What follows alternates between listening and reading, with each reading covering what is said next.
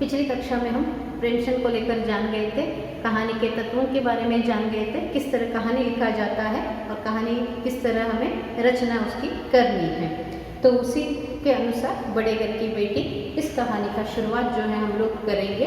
अगर किताब सामने है तो आप किताब खोलकर बैठ जाइए, तो आपको समझने के लिए आसान हो जाएगा। और जिस विधा से मैं पढ़ा रही हूँ आप लोगों को, तो ठीक तरह से उसे आपको पकड़ने के लिए या फिर विषय को ग्रहण करने के लिए आपको सुविधा होगी। भाषा का कक्षा है तो किताब बहुत ज़रूरी है। बार बार मेरा यही आपसे आवेदन है, निवेदन है, रिक्वेस्ट है कि आप लोगों को साथ में किताब रखना है। तभी मात्र आपके लिए क्या दिक्कत है, आपके लिए क्या परेशानी है, आसानी से समझ में आ जाता है। ठीक है, चलो अब हम बड़े घर की बेटी कहानी शुरू करते हैं। तो देखिए, कहानी का शुरुआत जिस प्रकार का है, मैं पढ़ते जाऊंगी, थोड़ा भाग पढ़ूंगी और उसका विश्लेषण आपके सम्मुख रखूंगी। ठीक है, गांव के जो यहाँ पर चित्रण है या फिर जिस तरह की बड़े घर की बेटी की कहानी का यहाँ पर लेखक ने इस्तेमाल किया है, तो देखिए गांव से शुरुआत है। उसी गांव का जो है या फिर उस गांव के जो मुखिया के रूप में, एक प्रसिद्ध व्यक्ति के रूप में बेनी माधव सिंह है, उसका जो है यहाँ पर आपको चित्रण मिलता है। शुरू करेंगे। बेनी माधव सिंह गौरीपुर गाँव के जमींदार और नंबरदार थे। उनके पितामह किसी समय बड़े धन धान्य संपन्न थे। गांव का पक्का तालाब और मंदिर, जिनकी अब मरम्मत भी मुश्किल थी, उन्हीं के कीर्ति स्तंभ थे। कहते हैं इस दरवाजे पर हाथी झूमता था। अब उसकी जगह एक बूढ़ी भैंस थी, जिसके शरीर में अस्थि पंजर के सिवा और कुछ शेष न रहा था, पर दूध शायद बहुत देती थी, क्योंकि एक न एक आदमी हांडी लिए उसके सिर पर सवार ही रहता था। बेनी माधव सिंह अपनी आधी से अधिक संपत्ति वकीलों को भेंट कर चुके थे। उनकी वर्तमान आय 1000 रुपये वार्षिक से अधिक न थी। ठाकुर साहब के 2 बेटे थे। बड़े घर का नाम श्रीकंठ सिंह था। उसने बहुत दिनों के परिश्रम और उद्योग के बाद बीए की डिग्री प्राप्त की थी। अब एक दफ्तर में नौकर था। छोटा लड़का लाल बिहारी सिंह दोहरे बदन का सजीला जवान था। भरा हुआ मुकड़ा, चौड़ी छाती, भैंस का 2 से ताजा दूध वह उठकर सवेरे पीता था। श्रीकंठ सिंह की दशा बिल्कुल विपरीत थी। इन नेत्रप्रिय गुणों को उन्होंने बीए इन्हीं 2 अक्षरों पर न्योछावर कर दिया था। इन 2 अक्षरों ने उनके शरीर को निर्बल और चेहरे को कांतिहीन बना दिया था। इसी से वैदिक ग्रंथों पर उनका विशेष प्रेम था। आयुर्वेदिक औषधियों पर उनका अधिक विश्वास था। शाम सवेरे से उनके कमरे से प्रायः खरल की सुरीली कर्णमधुर ध्वनि सुनाई दिया करती थी। लाहौर और कलकत्ते के वैद्यों से बड़ी लिखा पढ़ी रहती थी। तो देखिए, कहानी की शुरुआत है। बेनी माधव सिंह एक व्यक्ति है, बुजुर्ग व्यक्ति है, या फिर गौरीपुर जो शहर का नाम, गांव का नाम दिया गया है, शहर नहीं है, क्षमा कीजिए, गांव का नाम जो दिया गया है, गौरीपुर गांव के जो है ये नंबरदार या फिर जमींदार है। मतलब पहले से गौरीपुर गांव के नंबरदार के रूप में, जमींदार के रूप में ये जाना जाते हैं। जमींदार आप जानते हैं, जो कोई भी जमींदार होता है उसका बहुत ही नाम होता है गाँव में। तो उनमें से एक है बेनी माधव सिंह, और उनका परिवार किस तरह का है इसका परिचय दिया गया है। इतने धन धान्य संपन्न थे, कहा जाता था उनके घर पर हाथी झूमता था। देखिए किस तरह कहानीकार ने यहाँ पर एक प्रकार से उसकी तुलना किया है या फिर कंपैरिजन किया है। हाथी झूमता था मतलब क्या है, उनके दरवाजे पर हाथी हमेशा रहते थे, मतलब उनके घर में वो लोग जो है हाथी का पालन करते थे। और आप जानते हैं हाथी का पालन करना किस तरह से है, किस तरह से संभव है। आजकल के जो आधुनिक जीवन शैली है उसमें कुत्ते को पालना ही मुश्किल है हम लोगों को, तो उनके लिए हाथी अगर हम पालेंगे तो किस तरह का होगा। तो इसीलिए ध्यान में रखिए किस तरह लेखक ने या फिर कहानीकार ने भाषा का इस्तेमाल किया है। तो यहाँ पर उन्होंने दिया है जमींदार है बेनी माधव सिंह, और उनके परिवार वाले पहले से उनका नाम रहा है, और वो लोग गांव में ऐसे काम किए हैं कि वहाँ पर जो है कुछ मंदिर और कुएं भी ऐसे हैं जिनकी आज मरम्मत करना मतलब उसका रिनोवेशन करना या फिर उसका कुछ अलग भाग वगैरह टूट गया है उसको ठीक से फिर से करना, पुनर्निर्माण अगर भी करना है तो वो भी मुश्किल है। ऐसे जो मकान हो या फिर ऐसे जो मंदिर वगैरह है, तो वो जो है उनके ही देन से है, मतलब उनके परिवार वाले, वो पीढ़ी दर पीढ़ी जो उनका वंश चलते आया है, तो वो लोग जो है इन सभी का योगदान जो है गांव में दिए हैं। तो इसी कारण से शायद उनका नाम जो है ज़्यादा है गांव में। और इनके जो है बेनी माधव सिंह के यहाँ पर जो है मतलब पैसे की कमी नहीं है, मतलब बहुत ही समृद्धि से या फिर धरोहर से भरा हुआ उनका परिवार रहा है। और बेनी माधव सिंह जो है वकील की वृत्ति करने के कारण या फिर उनको जमींदारी करने के कारण, नंबरदार होने के कारण उनको जो है वकीलों पर जो है ज़्यादा मोह रहा होगा और उन्होंने आधी से अधिक संपत्ति उनको भेंट में दे दिए हैं। देखिए किस तरह का है, तो अपनी संपत्ति जो है वकीलों को उन्होंने भेंट कर चुका, इतनी संपत्ति उनका भरा पड़ा है। जब हमें ज़्यादा होता है तभी हम दूसरों को देते हैं ना, जब हमें कमी होती है या फिर हमारे लिए ज़रूरत होती है हम कभी किसी को कुछ नहीं देते हैं, लेकिन ये अपनी संपत्ति को वकीलों को भेंट के रूप में जो है दे दिए हैं। तो ऐसे खानदान जो है इनका रहा है। और इनके यहाँ पर जो है गाय भैंसों की भी कमी नहीं है, इतना दूध वगैरह देने वाले गाय भैंस हैं इनके, उसका भी पालन उनके घर पर होता है, मतलब किसी चीज़ की कमी नहीं है, ऐसा उनका परिवार चलते आया है। लेकिन अब की स्थिति जो है वर्तमान की आय 1000 रुपये वार्षिक से अधिक न थी। वर्तमान प्रेजेंट अब सिचुएशन क्या हो गया है उनके बेनी माधव सिंह के परिवार का, अब उतना जो है उनके लिए आय नहीं है, आय मतलब इनकम है, इतना जो है अभी पैसे वगैरह नहीं आ रहे हैं, तो इसीलिए जो है उनका वार्षिक मतलब ईयर इनकम क्या है, सिर्फ 1000 रुपये है। वार्षिक उनकी जो है वहाँ पर उनके रुपए के रूप में 1000 रुपये तक उनसे मिल सकते हैं। तो इतना पैसे जो है उनके मिल रहा है। तो ध्यान में रखिए लेखक का समय कौन सा है, ये ध्यान में रखना है। 1000 रुपये आप लोगों को एक दिन का जो है वो कम लगता होगा, लेकिन पूर्ण वर्ष का जो उनका आय है 1000 रुपये है उस समय के लिए, तो उस पैसे में उनको पूर्ण परिवार चलाना है। ये स्थिति उनके परिवार के लिए आज आ गई है। शायद वो ठीक से संभल नहीं गए हैं या फिर ठीक तरह से उसका देखभाल करते नहीं आए हैं या फिर अपनी संपत्ति को अच्छे से वो बचा कर नहीं आए होंगे, कारण कुछ भी हो सकता है। जो भी हो, तो यहाँ पर जो है जो भी जिस तरह की स्थिति है वो वर्तमान की स्थिति, अब की स्थिति को लेकर कहानीकार बता रहा है। तो उनके घर पर जो स्थिति आ गई है, तो उसके यहाँ पर जो है बहुत दिनों के परिश्रम और उद्योग के बाद जो है उनका पहला लड़का जो है, मतलब बेनी माधव सिंह का पहला लड़का, बड़ा लड़का श्रीकंठ सिंह है, जो बीए की उपाधि जो है प्राप्त कर चुका है। बीए तक उन्होंने पढ़ाई किया है श्रीकंठ सिंह। तो उस समय की बीए मतलब वो ज़्यादा ही है, उस उपाधि को उन्होंने प्राप्त किया है, तो ये बड़ा ही है। और उसके कारण से जो है वो कहीं पर दफ्तर में नौकर के रूप में जो है वो काम करता है। और वो देखने के लिए उनका जो है कुलचर्या दिया गया है या फिर उसका दैहिक जो जिस तरह की दिखावट है उसे यहाँ पर दिखाया गया है, पात्र का जो जिस तरह का है। तो श्रीकंठ या फिर श्रीकंठ सिंह जो है दिखने के लिए जो है उनका बदन इतना मतलब हष्ट पृष्ठ या फिर बहुत ही मोटा या फिर उसका इतना बड़ा जो है लगता नहीं है, दिखने के लिए नहीं है।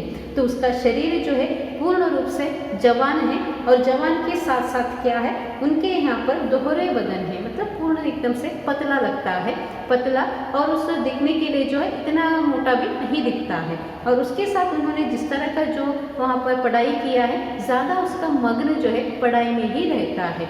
बीए की डिग्री उनको प्राप्त हुआ है, उपाधि प्राप्त हुआ है, उसके सिलसिले में कहीं पर दफ्तर में उन्होंने काम करना शुरू कर दिया है। और उसके साथ जो है उनकी ज़्यादा रुचि जो है वैदिक ग्रंथों पर रहा है। तो इसीलिए वैदिक ग्रंथों पर रहने के कारण जो है उस विषयों में भी जो है अपना विशेष प्रेम रखकर वहाँ पर भी उन्होंने पढ़ाई किया है। वैदिक मतलब जिस तरह के वो वहाँ पर अलग अलग विषयों को लेकर हो सकता है, औषधों को लेकर हो सकता है, जो काम करता है उसके संदर्भ में जो है वो यहाँ पर अपनी जो रुचि है वो दिखाया है। तो ये श्रीकंठ का है। और दूसरा लड़का है जिसका नाम है लाल बिहारी सिंह, मतलब दूसरा लड़का है बेनी माधव सिंह का। तो ये जो है ठीक विपरीत है अपने भाई से, श्रीकंठ की तुलना में वो अलग ही है। तो दिखने के लिए बहुत ही रुष्ट पुष्ट है, खा पीकर मौज मस्ती करते आराम है, क्योंकि घर का छोटा लड़का है, लाड़ प्यार ज़्यादा होता है और उसका अच्छे से इस्तेमाल भी जो है लाल बिहारी ने किया है, जैसे यहाँ पर कहानीकार ने बताया है। मतलब घर में दूध वगैरह की कमी नहीं है, तो उस दूध वगैरह को पीकर आराम से लाल बिहारी जो है अपने जो है जीवन चला रहा है। जितना श्रीकंठ पढ़ाई किया है उतना जो है वो पढ़ाई नहीं किया है। दिखने के लिए मोटा वगैरह है, अच्छे हैं, दुरुस्त है, अपने शरीर को बनाकर खा पीकर आराम से है।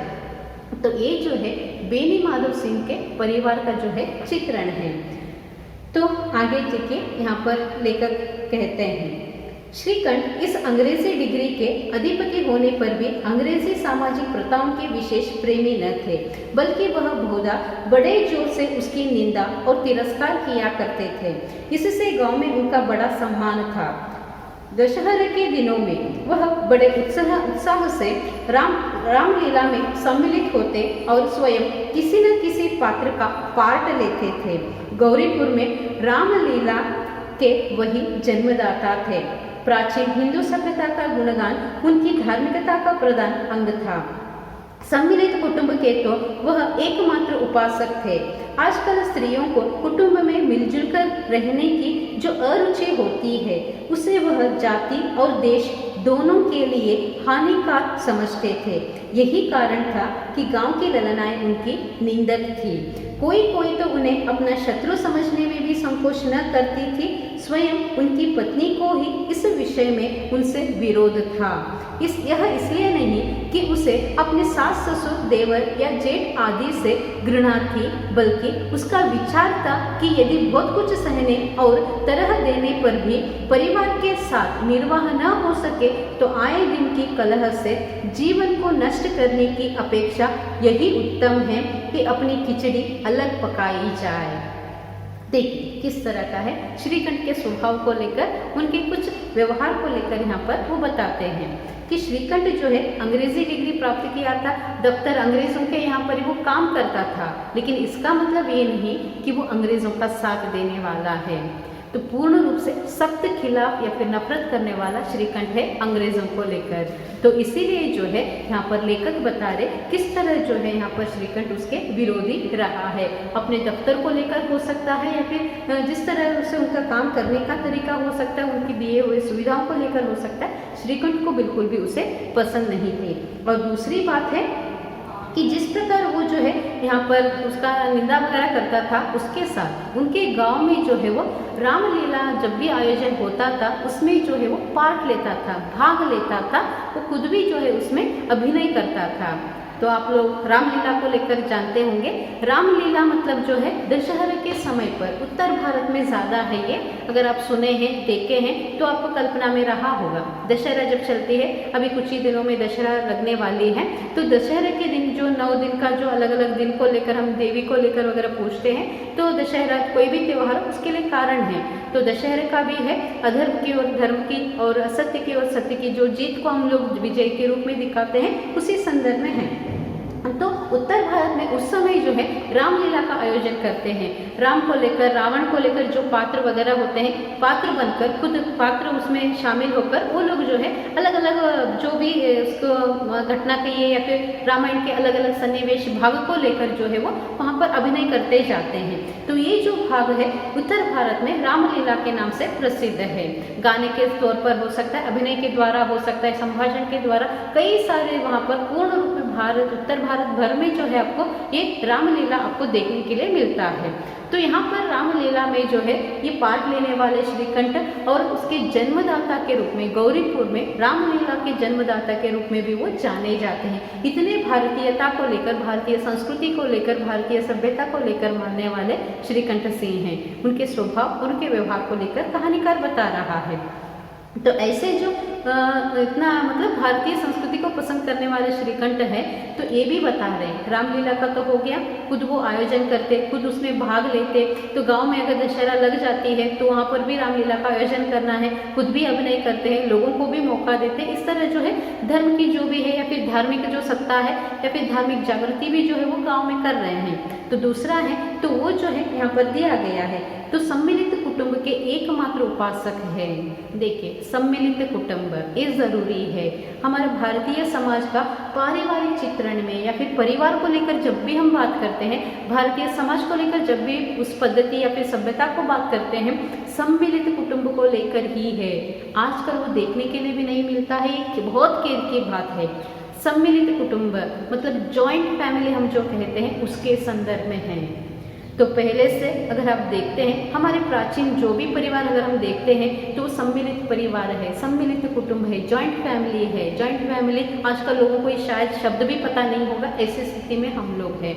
जॉइंट फैमिली मतलब कई सारे हमारे बुजुर्ग जो भी होते जो मिलकर रहते हैं वो है। तो इसीलिए आपको ये ध्यान में रखना है कि किस तरह हमारा परिवार जुड़कर रहता था, किस तरह हम लोग बात करते थे, जिस तरह हमारा सदस्यों के साथ संबंध बना रहता है, ये ज़रूरी है। तो इसलिए आप लोगों को भी ध्यान में रखना है सम्मिलित कुटुंब क्या होता है, इसे पूर्ण रूप से अच्छे से आपको जानना है। और मुझे जो है आप लोगों को अगर सामने होते तो चर्चा करने का बहुत मज़ा आ जाता, अब सामने नहीं है, अलग बात है। तो ये आपको विचार ध्यान में रखना है, एकल परिवार और सम्मिलित परिवार में या फिर संयुक्त परिवार में क्या अंतर है। संयुक्त परिवार या फिर सम्मिलित कुटुंब मतलब हमारी पीढ़ी दर पीढ़ी के जो भी बुजुर्ग होते हैं एक ही परिवार मानकर एक ही परिवार के सदस्य बनकर रह जाते हैं। जैसे हमारे चाचा वगैरह होते हैं, बड़े पापा वगैरह जो हम कहते हैं, तो इन सभी का जो भी संबंध है सभी मिलकर, उनका परिवार मिलकर जो रहता है उसको सम्मिलित कुटुंब कहते हैं या फिर संयुक्त परिवार कहते हैं। आजकल एकल परिवार हमें देखने के लिए मिलता है। एकल परिवार मतलब सिर्फ अपना जो परिवार है वो देखना है, मतलब माता पिता बच्चे उनके जो संतान होते हैं उतने मात्र रहते हैं। ज़्यादा से ज़्यादा रहा तो उनके माता पिता होंगे, अगर नहीं है तो वो भी नहीं होंगे। आजकल के परिवार के संदर्भ में जीवन शैली बदल गई है, अपने आप को वो बदल दिए हैं और अपने जीवन को भी ऐसे बना कर रखे हैं कि खुद अकेले रहना ही वो अच्छा समझते हैं। दोनों के संदर्भ में जो है यहाँ पर स्थिति कैसे आ गई है, तो कई सारे ऐसे अंश आ गए हैं। सम्मिलित परिवार अच्छा कुछ लोगों के लिए लगता है तो कुछ लोगों के लिए एकल परिवार अच्छा लगता है, तो ऐसे स्थिति में हम लोग आ गए हैं। तो इसलिए छात्रों आप लोगों को ये विषय ध्यान में रखकर सोचना है, सम्मिलित परिवार अच्छा है या फिर एकल परिवार अच्छा है, ये आप लोग दोनों के संदर्भ में सोचिए, उसका अंश बनाइए। सम्मिलित परिवार में रहने से क्या क्या अच्छी बातें हैं, क्या क्या मतलब गुण हैं, क्या क्या दोष है या फिर अवगुण है। एकल परिवार में रहने से कौन से गुण अच्छे हैं, कौन से दोष है, ये भी आपको बनाना है।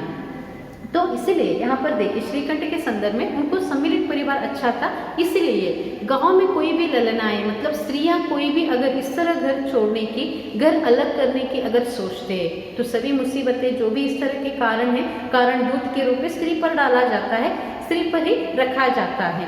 तो ऐसी ललनाएं स्त्रियों के संदर्भ में है। अगर स्त्रियां अगर इस तरह से कोई अपने घर को अलग बनाना चाहते, दूसरा बनाना चाहते, तो उनके संदर्भ में वो जो है उसके खिलाफ थे या फिर श्रीकंठ उससे भड़क उठता था। उन लोगों को ऐसे इसके लिए कभी अवसर नहीं देता, मौका नहीं देता। इसीलिए कुछ कन्याएं या फिर कुछ स्त्रियां जो है श्रीकंठ के खिलाफ थे। तो देखिए हर किसी का विचार, सोच विचार एक समान नहीं होता है। हम अपने रहन सहन के तरीके से अपने सोच विचार को रखे होते हैं, तो हम लोगों की जैसी सोच होती है सामने वाले का भी ऐसे ही सोच विचार हो, ये ज़रूरी नहीं होता है। तो इसलिए ध्यान में रखिए। तो यहाँ पर जिस तरह वो अपनी धार्मिक भक्ति हो या फिर धार्मिक सभ्यता को या फिर अपनी संस्कृति को जैसे वो चलाते आ रहा है श्रीकंठ, कुछ लोगों को ये अच्छा नहीं लगता था, क्योंकि कुछ लोगों को जो है या फिर अपने परिवार में कोई मुसीबत आ जाती है, कोई समस्या आ जाती है, ठीक तरह से हम लोग जो है जुड़ नहीं पाते हैं करके परिवार वालों के संदर्भ में सदस्यों के बीच अगर मनमुटाव रहा, संघर्ष रहा, तो साथ में रहकर क्या करना है, ऐसे कुछ स्त्रियां भी सोचते थे। तो इसीलिए वो लोग जो है तो उसी कारण से वो लोग श्रीकंठ को जो है अलग दृष्टि से देखते या फिर क्रोध की दृष्टि से देखते हैं। तो उन लोगों को ये गुस्सा था कि हम लोग साथ में रहकर झगड़ा करने से अच्छा है, मतलब कुछ परिवारों में होता है, आम बात है, परिवार मतलब वहाँ पर झगड़े भी होते हैं, अच्छा भी होता है, सब कुछ होता है। जो परिवार में सदस्य हम लोग आपस में लड़ाई करते हैं, लड़ाई करने से संयुक्त परिवार है, बड़ा परिवार है, सदस्य ज़्यादा है, तो लड़ाई झगड़े होते हैं। तो उस लड़ाई झगड़े में रहने के बजाय हम लोग अपनी खिचड़ी अलग पकाए, मतलब हम लोग अलग से रहकर अपना खुद का देख लिए तो ये अच्छा है, ऐसे भी सोचने वाले रहे हैं। तो ऐसे लोग श्रीकंठ को जो है वो नफरत करते थे या फिर श्रीकंठ को जो है वो पसंद नहीं करते थे। तो ऐसी स्थिति जो है हमें देखने के लिए मिलता है। तो ये जो है श्रीकंठ के संदर्भ में है। तो श्रीकंठ को जो है जिस तरह वो काम करता है, जिस तरह वो अपने संप्रदाय सभ्यता के साथ चलता, तो कुछ लोगों को अच्छा लगता, कुछ लोगों को अच्छा नहीं लगता था। यही हमारा समाज है। आप लोग कैसे करते हैं, क्या करते हैं, ये दूसरों के संदर्भ में भी हमें ध्यान में रखना है। कुछ अंश ऐसे होते हैं, हम जो काम करते हैं कुछ लोगों को वो अच्छा लगता है, कुछ लोगों को जो हम अच्छा करने के बाद भी वो बुरा लगता है, हमारा समाज है ही ऐसा। तो लोग ऐसे होते हैं समाज में, लोगों के संदर्भ में बता रही हूँ या फिर आमतौर पर इन जनरली में बात कर रही हूँ। आप लोग अच्छा काम कीजिए, कभी कभार उस अच्छे काम को भी टोकने वाले होते हैं। आप लोगों को कुछ अच्छा करने के लिए जाइए, उसके लिए आप कुछ ना कुछ आपको उसके प्रति गलत ही कहकर आपको रोकने वाले भी होते हैं। अगर आप मन से अच्छे काम कर रहे हैं, अगर आपका उद्देश्य अच्छा है, अगर आपका उद्देश्य सही मार्ग पर है, तो आप कुछ भी कर सकते हैं। चाहे लोग उसके लिए बाधा दे, चाहे लोग उसके लिए बुरा कहे, चाहे लोग उसके लिए गलत कहे।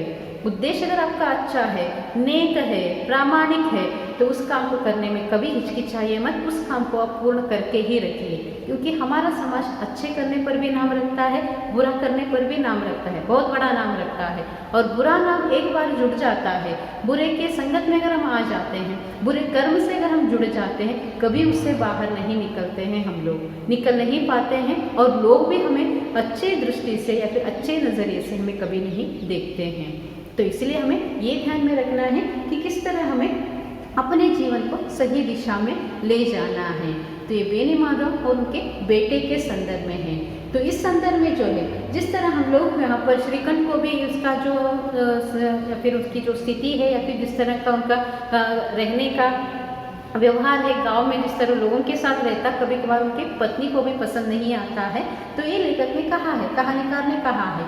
तो उनकी पत्नी कौन है, क्या है, ये आ जाता है ना प्रश्न। तो उसका उत्तर आगे है, देखिए। आनंदी एक बड़े उच्च कुल की लड़की थी। उसके बाप एक छोटी सी रियासत के तालुकेदार थे। विशाल भवन, एक हाथी, 3 कुत्ते, बाज, बहरी, शिकरे, झाड़, फानुस, अनारेरी मजिस्ट्रेटी और ऋण, जो एक प्रतिष्ठित तालुकेदार के भोग्य पदार्थ हैं, यहाँ सभी विद्यमान थे। नाम था भूप सिंह। बड़े उदारचित्त और प्रतिभाशाली पुरुष थे, पर दुर्भाग्य से लड़का एक भी न था। 7 लड़कियां हुई और दैव योग से सबकी सब जीवित रही।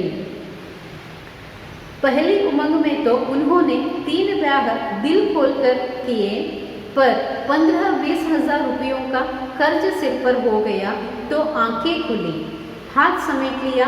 आनंदी चौथी लड़की थी। वह अपनी सब बहनों से अधिक रूपवती और गुणवती थी। इससे ठाकुर भूप सिंह उसे बहुत प्यार करते थे।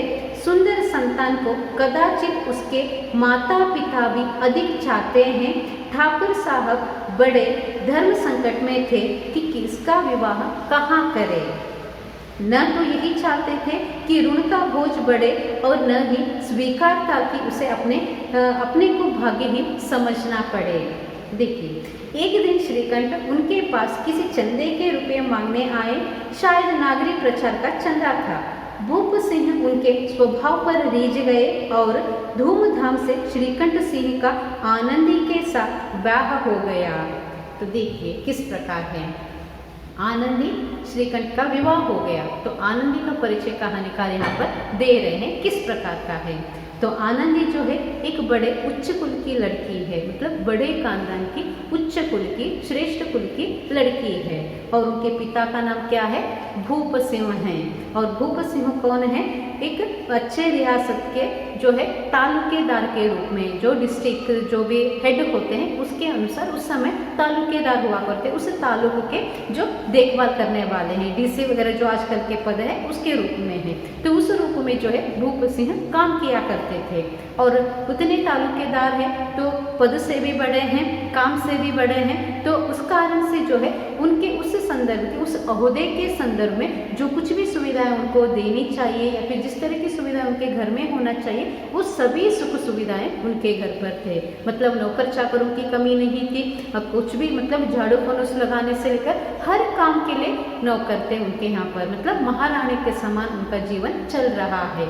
एक महारानी महाराजा का जैसे जीवन होता है वैसे है, मतलब हर काम के लिए नौकर है, हर किसी चीज़ के लिए कोई कमी नहीं है, पैसों की कमी नहीं है, खानदान बड़ा है, सब कुछ अच्छा है।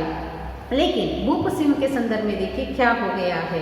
तो भूप सिंह जो है यहाँ पर क्या है, उनके भाग्य में लड़का नहीं है। देखिए हमारे समाज की मानसिकता कैसी है, आज भी वैसी है, उसमें कोई बदलाव नहीं है। एक तो लड़का होना है, इस मानसिकता में रहते हैं, मैं इसके विरोधी हूँ, ठीक है ये छोड़ देंगे हम। तो उनके भाग्य में एक भी लड़का नहीं है, ये सोचने वाला है रूप सिंह। लेकिन उनको जो है 7 लड़कियां हो गई है, बेटियां हो गई है, पैदा हो गई है और 7 जीवित रही, मतलब 7 बेटियां जो है जीवित थी, बेटियों के समान, संतान के समान भूप सिंह के 7 बेटियां हैं। तो वो जो है मतलब पैसे से अच्छे थे, सब कुछ अच्छा चल रहा था, तो इस कारण से वो जो है पहले के 3 लड़कियों का या फिर बेटियों का शादी जो है या फिर विवाह जो है अच्छे से धूमधाम से करता है, बड़े खानदान में देता है, अच्छे से वो उसका जो है अच्छी तरह से करता है। लेकिन तीसरी जब शादी हो जाती है, बेटी की शादी हो जाती है, तो भूप सिंह के लिए जो है 15-20 हज़ार रुपये का जुर्माना या फिर जुर्माना नहीं, ऋण जो है उनके सिर पर आ जाता है।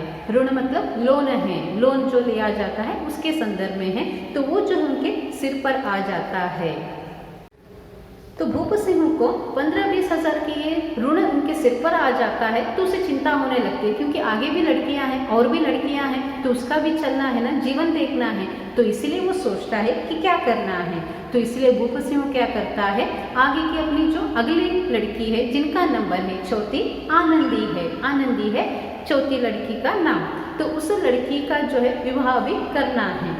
लेकिन आनंदी जो है अपने सभी बहनों के दृष्टि में या फिर उनकी तुलना में जो है बहुत ही रूपवती और गुणवती रही है।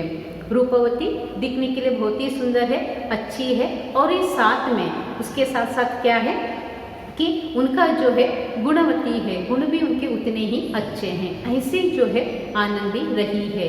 तो ऐसी जो लड़की होती है, मतलब घर में देखिए आप लोग 4-5 भाई बहन वगैरह है जो अच्छे काम करने वाले होते हैं, घर का तौर तरीका जो भी है, घर का काम जो भी है, हर किसी के संदर्भ में जो जुड़ने वाले होते हैं, काम करने वाले होते हैं, वही घर के माता पिता के लिए वो प्रिय होते हैं।